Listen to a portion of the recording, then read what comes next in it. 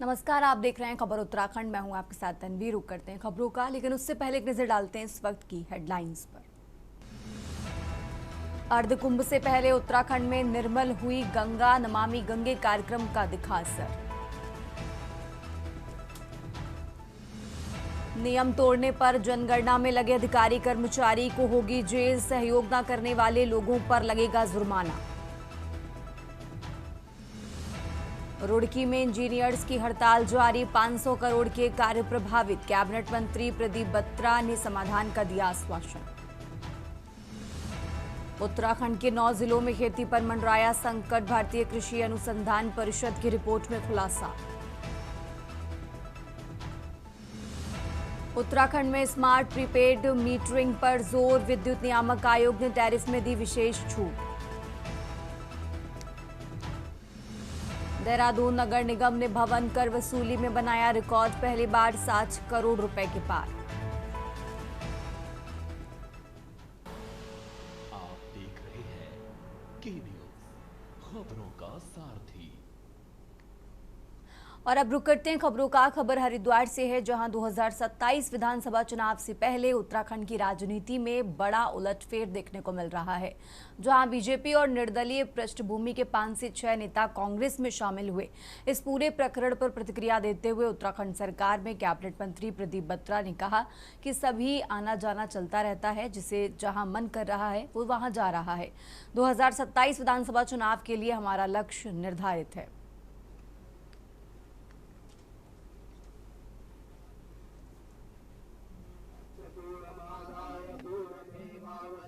तो ये सभी चलता रहता है, आना जाना। समझता हूँ कि जिसका जहाँ मन कर रहा है वो जा रहा है, और 2027 का लक्ष्य हमारा निर्धारित है। 2027 बीजेपी सरकार बनेगी, माननीय मुख्यमंत्री पुष्कर सिंह धामी जी के नेतृत्व में, और बहुमत से सरकार बनाएंगे। कांग्रेस पार्टी कह रही है कहीं के लोगों का काम है, क्या नाम कहते हैं।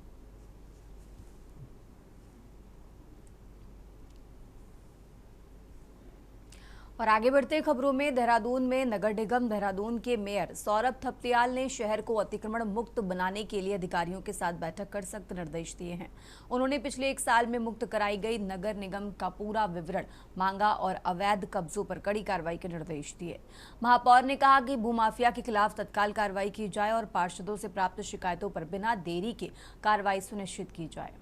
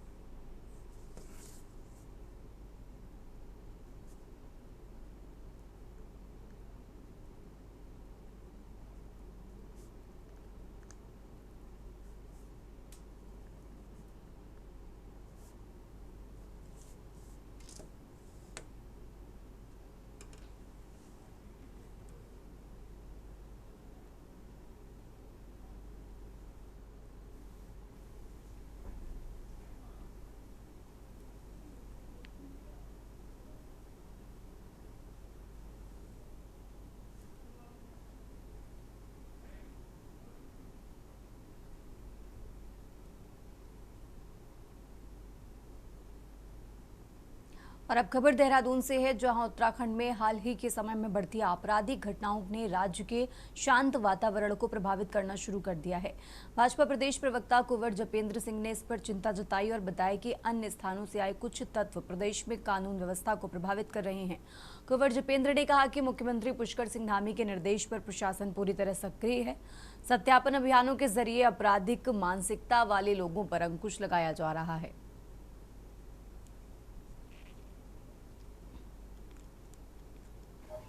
देखिए, उत्तराखंड एक बहुत ही शांत प्रदेश है। लॉ एंड ऑर्डर की स्थितियां हमेशा से यहाँ बेहतर रही हैं, लेकिन पिछले कुछ समय से देखा गया है कि आसपास के क्षेत्रों से जो बाहर से लोग आकर बचे हुए हैं, और वो कहीं ना कहीं इस तरह की घटनाएं हुई हैं जिसे पूर्ण रूप से आपराधिक घटनाएं माना जा सकता है। तो माननीय मुख्यमंत्री जी ने संज्ञान लिया है। लॉ एंड ऑर्डर की स्थिति को बेहतर बनाए रखने के लिए पुलिस विभाग, शासन प्रशासन को निर्देशित किया गया है। सत्यापन का कार्य चल रहा है और सत्यापन का बड़ी कड़ाई से पालन किया जा रहा है। और प्रदेश की जनता और विशेष रूप से राजधानी देहरादून की जनता से भी आग्रह है कि अपने आसपास अगर आपको कहीं पे भी किसी पे कोई शक होता है तो आप प्रशासनिक अधिकारियों से, पुलिस महकमे को सूचित करें। और आगे बढ़ते हैं खबरों में। अब खबर अल्मोड़ा से है, जहां अल्मोड़ा में ग्रीन हिल्स के तत्वाधान में जल, वनाग्नि और जलवायु परिवर्तन जैसे गंभीर मुद्दों पर एक गोष्ठी का आयोजन किया गया। इस दौरान विशेषज्ञों और वक्ताओं ने बदलते पर्यावरणीय हालातों पर चिंता जताते हुए ठोस कदम उठाने की आवश्यकता पर जोर दिया। गोष्ठी में वक्ताओं ने कहा कि जलवायु परिवर्तन का सीधा असर पहाड़ी क्षेत्रों पर देखने को मिल रहा है।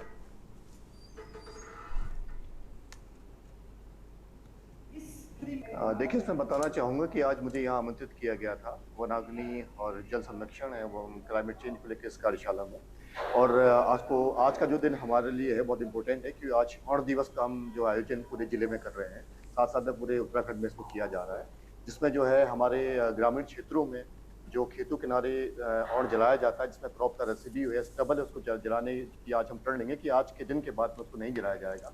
होता क्या है कि जब स्टबल जलता है तो उसकी आग धीरे धीरे नाप खेत में, फिर वन पंचायत में और वो जंगल तक पहुंच जाती है। तो अगर ऑन दिवस सही से मनाया जाएगा और इसके बाद में हम प्रण ले लेंगे सभी ग्रामीण क्षेत्रों में कि आज के बाद और ना जले, तो ये बहुत हद तक संभव है कि हम 50 से 60% वनाग्नि को कंट्रोल कर पाएं।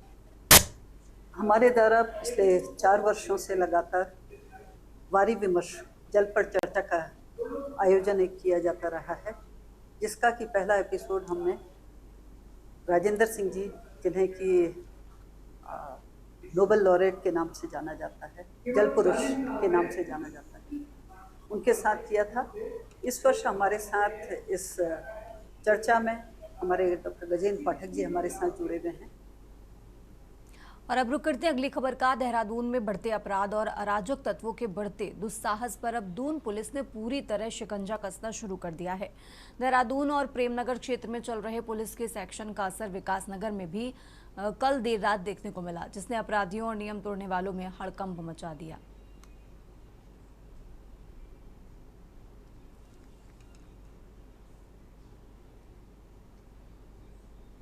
आवश्यक रूप से जो घूमने वाले हैं और शराब पीने वाले हैं, उन सबके ड्रंकन ड्राइविंग, जो शराब पी के गाड़ियाँ चला रहे हैं, उन सबको लेकर अभियान चला रहे हैं। समय पे शराब की दुकानें बंद हो तो होटल ढाबे इत्यादि पे शराब पीने की सूचनाएं मिलती है, उस पर जो है कार्रवाई। सर, जो खाने के होटल हैं उनका क्या समय निर्धारित किया गया है बंद करने का? नहीं, समय खाने के होटलों का ये है कि खाने के होटल में अगर शराब पिलाई जाएगी तो वो तो गलत है जी। खाने के होटल के लिए कोई ऐसा वो नहीं है कि आप खाने के होटल को बंद, लेकिन अगर खाने के होटलों के आड़ पे वहाँ के आसपास जो लोग शराब पी के खाना खाने आ रहे हैं तो उसमें वहाँ पे लॉ एंड ऑर्डर की स्थिति होती है, बात भी तो नहीं है, इसलिए जो सीखते हैं उनको फॉलो। और अब खबर हरिद्वार से है, जहां हरिद्वार में चारधाम यात्रा से पहले सीवरेज निर्माण कार्यों को पूरा करने के लिए जिलाधिकारी मयूर दीक्षित ने अधिकारियों की बैठक ली। उन्होंने कार्यदायी संस्था को निर्देश दिए कि सभी निर्माण कार्य यात्रा शुरू होने से पहले हर हाल में पूरे किए जाएं, ताकि स्थानीय लोगों, व्यापारियों और श्रद्धालुओं को परेशानी न हो।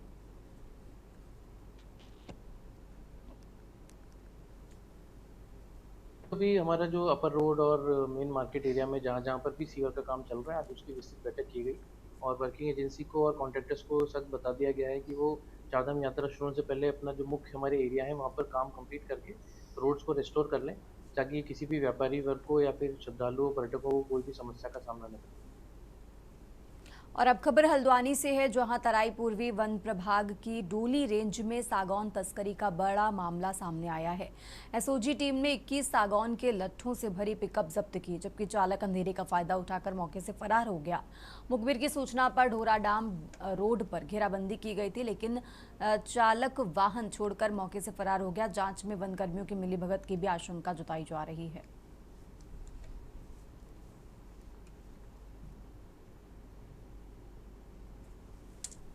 रात में मुखबिर द्वारा सूचना प्राप्त हुई कि कतिपय हमारे क्षेत्र हैं डॉली रेंज का, उसके आसपास कुछ लोग लकड़ी काट के निकालने की फिराक में हैं। सूचना प्राप्त होते ही हमारी जो डिवीजन की सुरक्षा दल है और अन्य टीम उनको सतर्क कर दिया गया था, उनको जो संवेदनशील स्थानों वहाँ बैठा दिया गया था। तो उसी दौरान रात में एक पिकअप वाहनों के सागौन के लट्ठों के साथ प्राप्त हुआ है, जिसमें कि वाहन को सीज कर लिया गया, लकड़ी भी जब्त कर ली गई है। ड्राइवर जो था वो जब गाड़ी पकड़ी गई तो पता चला वो भाग गया है। तो अभी वाहन के मालिक को ढूंढा जा रहा है और इसमें फर्दर जांच की जा रही है कि लकड़ी जो आई थी इसका सोर्स कहाँ था, किस क्षेत्र से आया था और ये जा कहाँ रही थी, इसमें कौन कौन इसमें तस्कर थे इन्वॉल्व थे, उसकी भी जांच चल रही है। तो जल्द ही इसमें जांच करने के उपरांत। और अब आगे बढ़ते हैं खबरों में। आगामी विधानसभा चुनाव 2027 के लिए भीमताल विधानसभा क्षेत्र से वरिष्ठ कांग्रेसी नेता और पीसीसी सदस्य गोपाल बिष्ट ने अपनी प्रबल दावेदारी पेश की है। स्वतंत्रता सेनानी के पुत्र और उत्तर प्रदेश सरकार में वन मंत्री रहे दिग्गज कांग्रेसी नेता डूंगर सिंह बिष्ट के उत्तराधिकारी गोपाल बिष्ट ने नैनीताल में पत्रकार वार्ता के दौरान कहा कि वो केवल अपना अधिकार मांग रहे हैं। हाल ही में कांग्रेस में शामिल हुए लखन सिंह नेगी का स्वागत करते हुए बिष्ट ने सुझाव दिया कि नए साथियों को चुनाव में उतरने से पहले कांग्रेस की विचारधारा को समझना चाहिए।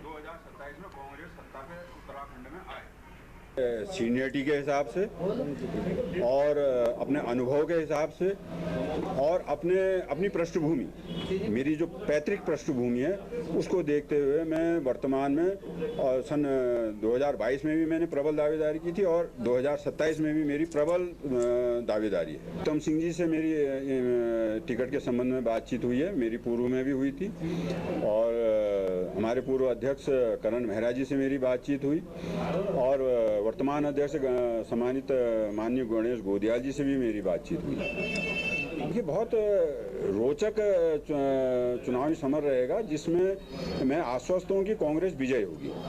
मैं व्यक्तिगत रूप में बताऊं तो मैं किसी के पक्ष या विपक्ष में नहीं हूँ। डोईवाला विकासखंड में तैनात उपखंड शिक्षा अधिकारी धनवीर सिंह बिष्ट को विजिलेंस टीम ने रिश्वत लेते हुए रंगे हाथ गिरफ्तार किया है। आरोपी ने ऋषिकेश क्षेत्र के स्कूल को ग्रेड देने के नाम पर 1 लाख रुपए की रिश्वत मांगी थी। शिकायत मिलने पर विजिलेंस ने जाल बिछाया और नेपाली फॉर्म के पास निजी गाड़ी से रिश्वत लेने आते ही अधिकारी को पकड़ लिया। आरोपी को रायवाला कोतवाली ले जाकर गहन पूछताछ जारी है।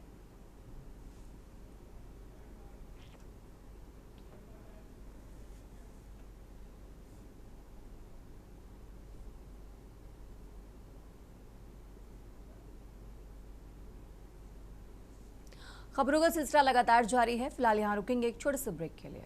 का सारथी ब्रेक से वापस आ चुके हैं। रुक करते हैं खबरों का और बात कर रहे हैं। उत्तराखंड राज्य हमेशा से अपने प्राकृतिक सौंदर्य, स्वच्छ जलवायु और लोक परंपरा व संस्कृति के लिए पूरे विश्व में प्रसिद्ध रहा है। उत्तराखंड को देवों की भूमि और धरती का स्वर्ग भी कहा जाता है। इसी कारण राज्य के शांत वातावरण का आनंद उठाने के लिए देश विदेश से लोग भ्रमण पर यहाँ पर आते हैं। लेकिन अपने प्राकृतिक, धार्मिक और शांत वातावरण के लिए पहचाने जाने वाले उत्तराखंड को शायद किसी की नजर लगती जा रही है। विगत कुछ महीनों से राज्य की आबो हवा को कुछ आपराधिक तत्वों द्वारा नुकसान पहुंचाया जा रहा है।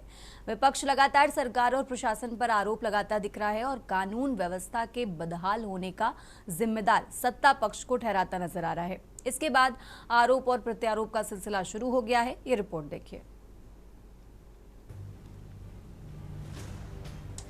देहरादून के मसूरी रोड स्थित एक क्लब में रविवार की रात शुरू हुई एक पार्टी सोमवार सुबह 5:30 बजे तक चली, जहां एक युवती को लेकर काली स्कॉर्पियो सवार कुछ युवकों की अन्य युवकों से कहासुनी हो गई। क्लब में कार्यरत लोगों और बाउंसर्स के द्वारा बीच बचाव करने पर विवाद और बढ़ गया, जिसके बाद काली स्कॉर्पियो पर सवार युवकों ने क्लब के बाहर इंतजार किया। सुबह 7 बजे से पहले जैसे ही क्लब कर्मचारी घर वापसी के लिए अपनी फॉर्च्यूनर गाड़ी से अपने गंतव्य की ओर बढ़े, उस दौरान बिना नंबर प्लेट वाली स्कॉर्पियो में सवार युवकों ने फॉर्च्यूनर गाड़ी का पीछा किया और फिल्मी अंदाज में बिना किसी डर के गोलियां चलानी शुरू कर दी। इसका परिणाम ये हुआ कि गोलीकांड के दौरान सुबह सुबह मॉर्निंग वॉक पर जा रहे 70 वर्षीय सेवानिवृत्त ब्रिगेडियर मुकेश कुमार जोशी के सीने में गोली लगी। कुछ लोगों के द्वारा उन्हें उपचार के लिए देहरादून के मैक्स हॉस्पिटल ले जाया गया, जहां उन्हें मृत घोषित कर दिया गया। हालांकि देहरादून पुलिस द्वारा कुछ युवकों को गिरफ्तार भी किया गया है, लेकिन इस घटना के बाद पूरे शहर के साथ साथ प्रदेश के सभी नागरिकों के मन में एक बार फिर से डर ने दस्तक दे दी है। इसी बीच प्रदेश की सियासत में विपक्ष के द्वारा सरकार पर हल्ला बोला गया है। विपक्षी पार्टी कांग्रेस का आरोप है कि प्रदेश की कानून व्यवस्था पूरी तरीके से लचर हो चुकी है, साथ ही सरकार की शह पर ही अपराधियों के हौसले बुलंद हैं। सत्ता पक्ष उक्त विषय पर चिंता तो जाहिर कर रहा है, लेकिन इसे एक दुर्घटना के रूप में भी देख रहा है। 30 मार्च को सुबह 6:50 पर 112 के माध्यम से हमें एक सूचना प्राप्त हुई थी कि थाना राजपुर क्षेत्र में जोड़ी गांव के पास में कुछ वाहनों के बीच में आपस में रोड रेज और फायरिंग की घटना प्रकाश में आई है। तत्काल एसओ राजपुर चौकी प्रभारी और बाद में एसपी सिटी और मेरे द्वारा भी मौके का मुआयना किया गया। उस फायरिंग की घटना में हमारे ब्रिगेडियर श्री मुकेश कुमार जोशी की उस समय वहाँ घायल हो गया था। उनको जब तत्काल हॉस्पिटल ले जाया गया, वो सुबह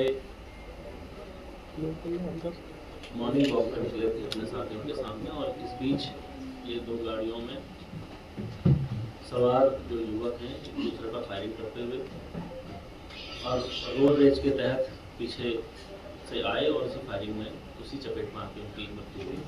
देखिए, इसमें तो कोई दोहराई नहीं है कि प्रदेश में अपराधीकरण बढ़ा है और लगातार पिछले कुछ महीनों से हम जिस प्रकार की आपराधिक घटनाएं यहाँ बढ़ रही हैं उसने जनजीवन को प्रभावित किया है। आप देखिए कि कहीं और पुलिस इसमें कमजोर नजर आ रही है अपराधीकरण को रोकने में, प्रदेश में लॉ एंड ऑर्डर को स्थापित करने में। आप देखिए कि अभी प्रेमनगर में एक अन्य प्रदेश के राज्य के युवा चकमा को के साथ मारपीट हुई और उसकी हत्या कर दी गई, लेकिन उसके हत्यारे नहीं पकड़े गए। यहाँ एक गोलीकांड हुआ राजपुर रोड में पिछले महीने ही, जिसमें एक मॉल के बाहर जिम से आते हुए व्यक्ति को गोली मार दी गई, उसके अपराधी भी नहीं पकड़े गए। इसके अलावा एक हत्याकांड हुआ था जिसमें एक गैंगस्टर को मार दिया गया था हरिद्वार में, उसको लेकर के भी चीजें स्पष्ट नहीं हो पाई। उधम सिंह नगर में भी ये कानून व्यवस्था का यही हाल है। इसके अलावा हम देख रहे हैं कि राज्य में खनन के ट्रक भी मौत के वाहन बनते जा रहे हैं। कई खनन के ट्रकों ने कई सड़क में चलने वाले लोगों को रौंद रहे हैं। तो पुलिस कहीं ना कहीं कमजोर नजर आ रही है अपराधीकरण को रोकने में, और इसका जो सबसे बड़ा कारण ये दिख रहा है कि हमने देखा है कि उत्तर प्रदेश की अगर हम तुलनात्मक रूप से देखें तो वहाँ के मुख्यमंत्री ने अपराध मुक्त प्रदेश की बात कही और पुलिस को ही उसी पुलिस के माध्यम से प्रदेशवासियों को सुरक्षा का भरोसा दिया, और आज वो जनता में वो भरोसा दिख रहा है। कल एक दुखद घटना देहरादून में घटी जिसमें मॉर्निंग वॉक के दौरान ब्रिगेडियर जोशी की दो गुंडई गैंग के आपस के झगड़े में गोली लग गई, और ये घटना बहुत ही दुखद और दुर्भाग्यपूर्ण। ये दुखद घटना उत्तराखंड में कानून और व्यवस्था की पोल को एक बार खोलकर फिर हम सब लोगों के सामने रख रही है। एक समय था कि जब लोग उत्तराखंड और देहरादून शांति की तलाश में आते थे, और इस 5 साल के शासन में, बीजेपी के शासन में, धामी जी के शासन में, इस 5 साल के शासन में वो हमारी शांति की छवि, इस शांति के लिए अगर कोई स्थान खोजा जाता था तो वो उत्तराखंड था, वो देहरादून था। और आज इस 5 साल के इनके शासनकाल में हमारी छवि में वो गिरावट आई है कि आज हमारा प्रदेश अपराधियों की शरणस्थली बन गया है। कारण जो भी हो, लेकिन ये बात सामने आ रही है कि असली कारण ये है कि राजपुर का पूरा इलाका नाइट लाइफ का केंद्र बना हुआ है, और ये इलीगल नाइट लाइफ का केंद्र ही इस पूरे झगड़े का असली कारण है। देखिए, ये मर्डर कम है, ये एक्सीडेंट ज्यादा है। कुछ अपराधियों ने आपस में जो मुझे मालूम हुआ है, ओवरटेक करने चक्कर में कहा सुनी भी किसी ने फायर किया। वो फायर भी मुझे लगता है डराने के लिए था, लेकिन देखिए वो टायर से उछल कर और एक हमारे रिटायर्ड ब्रिगेडियर के लग गया और उनका निधन हुआ है। इसलिए निंदनीय घटना, और इस तरह ये जरूर है कि पुलिस को और सतर्क होके कि जब बाहर से लोग आ रहे हैं गाड़ियों में, मैं समझता हूँ इनकी सघन जांच करने की आवश्यकता पड़ेगी कि ताकि इस तरह के हुड़दंगी उत्तराखंड में आकर के इस तरह की जो वारदात है उनको दोबारा न कर सके। बीते कुछ ही दिनों पहले देहरादून के मच्छी बाजार में सरेआम एक युवक के द्वारा चापड़ मारकर एक लड़की की हत्या, तिब्बती मार्केट में दिन दहाड़े गोली मारकर युवक की हत्या, राजपुर रोड के एक जिम में एक युवक की गोली मारकर हत्या, और उसी दौरान पचवधून में हुई कुछ हत्याओं के सदमे से अभी भी प्रदेश और शहरवासी बाहर नहीं आए हैं। वहीं अब सोमवार की सुबह हुए एक गोलीकांड में निर्दोष की जान चली जाने से आम नागरिकों को एक बार फिर से डर है। प्रदेश की सियासत में भी गर्मा गर्मी का माहौल बन गया है, जहां कांग्रेस सहित अन्य विपक्षी दल सत्ता दल पर आरोप लगाते दिखाई दे रहे हैं। विपक्ष का मानना है कि अपराधी खुलेआम सरकार के संरक्षण में घूम रहे हैं, जिसके चलते दिन दहाड़े बड़ी वारदातें हो रही हैं। कांग्रेस का कहना है कि नाइट क्लबों में रात को होने वाली कमाई से भी कहीं न कहीं सरकार लाभ ले रही है, जिसके चलते सरकार कोई ठोस कार्रवाई न करके केवल खानापूर्ति कर रही है। वहीं भाजपा का कहना है कि ऐसे समय में सभी को साथ खड़े होकर कार्य करने की आवश्यकता है, क्योंकि प्रदेश केवल भाजपा का नहीं कांग्रेस का भी है। देखिए, उत्तराखंड क्रांति दल ने पहले भी बताया है कि हमें सरकार हो चाहे बीजेपी की सरकार हो, ये अपने जो प्रचार प्रसार में प्रोपगंडा करती है, बल्कि हकीकत में जो होना चाहिए था उसमें काम नहीं करती। अब आप देख सकते हैं कि जहां उत्तराखंड में बीजेपी सरकार के 4 साल के जश्न मना, वहीं दूसरी तरफ उत्तराखंड का आम आदमी सड़कों पर तक आपकी मॉर्निंग वॉक या घूम नहीं सकता है। दूसरी तरफ जो शहर में रैपिडो और जो और कुछ चल रहे हैं वो लोगों का वेरिफिकेशन नहीं है। बाहर के लोग ये कैसे उत्तराखंड में घुस जाते हैं जिनके पास हथियार हो और उत्तराखंड में गोलियां जैसे पटाखे जला रहे हो, इस प्रकार से काम कर रहे हैं। इससे स्पष्ट है कि धामी की जो पुलिस प्रशासन है और जो अन्य न्याय व्यवस्था है वो खत्म हो चुकी है। देश की कानून व्यवस्था पूरी तरीके से ध्वस्त हो चुकी है, क्योंकि सरकार के जो मुखिया हैं जिनकी जिम्मेदारी बनती है कानून व्यवस्था को दुरुस्त रखने की, वो तो व्यस्त हैं अपने कुर्सी बचाने में और अपनी वाहवाही लूटने में। आज इतना ज्यादा अपराधी बेखौफ हो गया है कि आपने देखा कि किस तरीके से 17 दिनों के अंदर 15 हत्याएं होती हैं। और अभी 2 दिन पहले की घटना है कि एक दूसरे पे गोलियां चलाने से खुले आम इस देवभूमि में किसी को डर नहीं लग रहा, किसी को पुलिस का खौफ नहीं है कि हम सड़क पे चलते हुए अपनी गाड़ियों से अगर ताबड़तोड़ फायरिंग करेंगे तो पुलिस हमारा क्या करेगी, क्योंकि पुलिस कोई भी कार्रवाई नहीं करती है, दबाव में कार्य कर रही है पुलिस भी। और दूसरी महत्वपूर्ण बात, जो ब्रिगेडियर जोशी की हत्या हुई उसके बाद सिर्फ एक एक्साइज जो है इंस्पेक्टर और एक सब इंस्पेक्टर को धामी जी ने निलंबित करने का कार्य किया है। कांग्रेस का ये प्रदेश नहीं है, कांग्रेस का राज्य के प्रति कोई दायित्व नहीं है। केवल और केवल ओछी राजनीति करना, तुष्टीकरण की राजनीति करना, अपराध को रोकने में सहयोग देने की जगह जो मुख्यमंत्री ने कड़े निर्देश दिए हैं शासन प्रशासन का, कांग्रेस समर्थन करने की जगह अगर आलोचना करती है तो इसका मतलब उत्तराखंड की वादियों से, शांत वादियों से, देवभूमि से केवल और केवल कांग्रेस का वास्ता तुष्टीकरण की राजनीति का रह गया है और उत्तराखंड के अंदर कांग्रेस अपने दायित्वों का निर्वाह करने में पूरी तरह से विफल नजर आ रही है। देश में बढ़ती आपराधिक घटनाएं निश्चित ही चिंता का विषय है। दिन दहाड़े होने वाले बड़े घटनाक्रम से ये जाहिर हो रहा है कि अपराधियों के हौसले बुलंद हैं।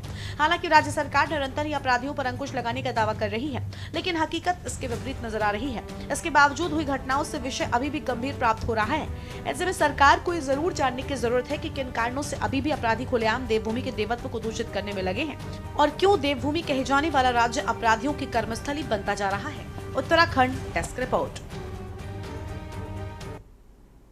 उत्तराखंड की खबरों में फिलहाल इतना ही। आप देखते रहिए के न्यूज़ इंडिया।